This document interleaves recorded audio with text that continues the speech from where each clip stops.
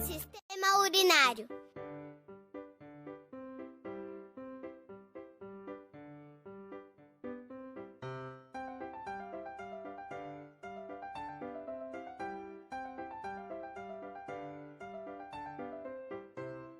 Pode ser no meio do filme, no meio da prova ou na hora mais divertida da brincadeira. Quando a gente fica apertado para fazer xixi, não importa o que a gente esteja fazendo, a gente tem que ir no banheiro mais próximo. Fazer xixi é importante porque é assim que eliminamos muitas substâncias que estão no organismo e não servem para nada. O xixi é formado por água, minerais e por substâncias que estão em alimentos e bebidas que consumimos e outras fabricadas pelo corpo, como o ácido úrico. Normalmente ele é amarelo, mas a cor pode variar. Quando bebemos muito líquido, o xixi fica mais diluído e transparente.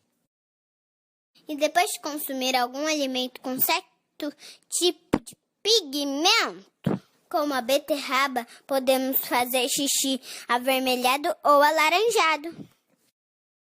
Agora que você está tranquilo assistindo esse vídeo e sem vontade de ir ao banheiro, que tal investigar o caminho que o xixi faz pelo seu corpo? Tudo começa quando o sangue é levado pela uma artéria até os rins. 2 órgãos que têm o formato parecido de um feijão. Nos rins há filtros que separam as coisas, que podem ser aproveitadas pelo nosso corpo e as que precisam ser eliminadas. O que for útil é reabsorvido por vasos sanguíneos muito finos e o lixo é transformado em xixi. A urina é enviada para a bexiga, onde vai ser armazenada. Conforme recebe mais xixi, a bexiga vai aumentando, pois ela é elástica como um balão.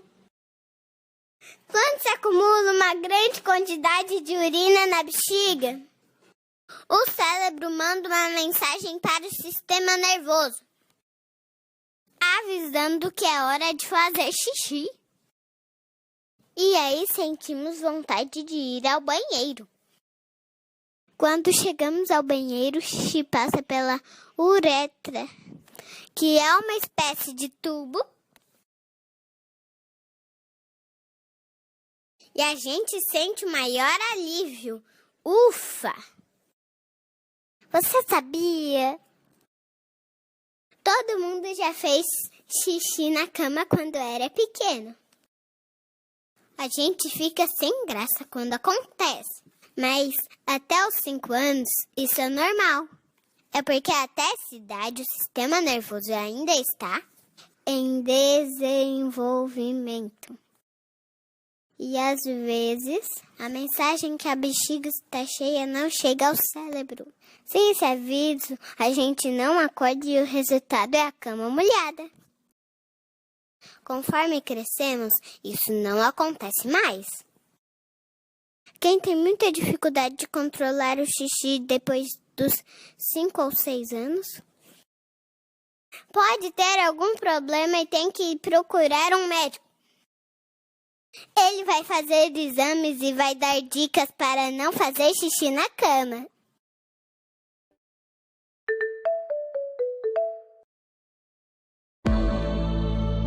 O corpo humano. Sistema excretor. Sistema urinário.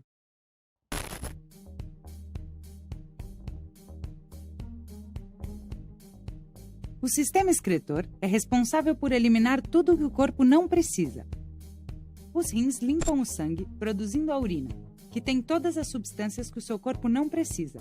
Quando os rins terminam de filtrá-la, a urina passa pelas vias urinárias.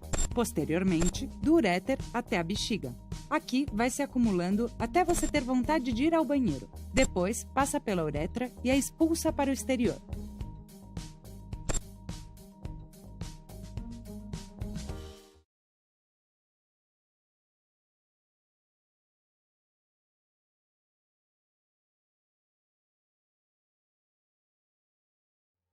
Proclamação da República. Com o passar dos anos, a monarquia foi perdendo seu poder político, principalmente após os desentendimentos com a Igreja Católica e com o grande enfraquecimento do exército após a Guerra do Paraguai.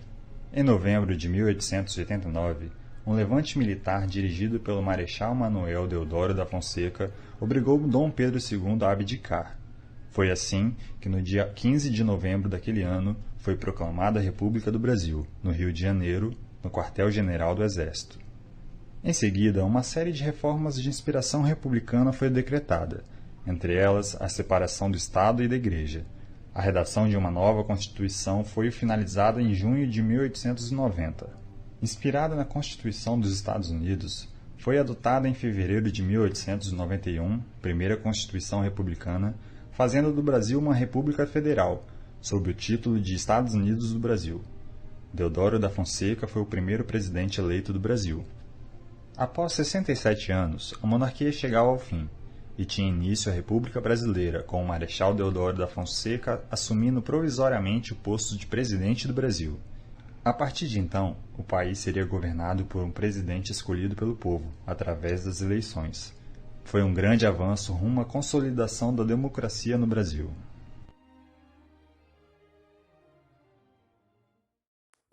Bom dia, crianças! Hoje, dia 15 de outubro, Dia dos Professores, vamos estudar Ciências e História. Como vocês já assistiram aos vídeos ilustrativos, nessa etapa do nosso vídeo nós vamos responder às atividades.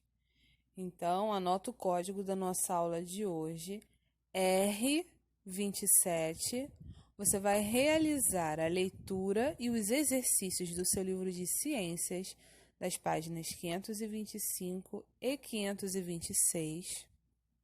Como a maioria das respostas se encontram no texto, então a tia não vai precisar explicar essa atividade. Mas se você tiver alguma dúvida, já sabe, é só entrar em contato comigo.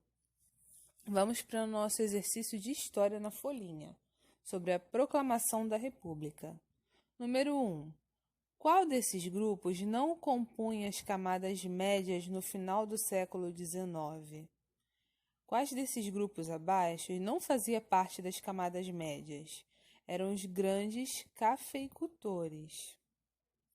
Número 2. Com quais objetivos as camadas médias desejavam o regime republicano no Brasil?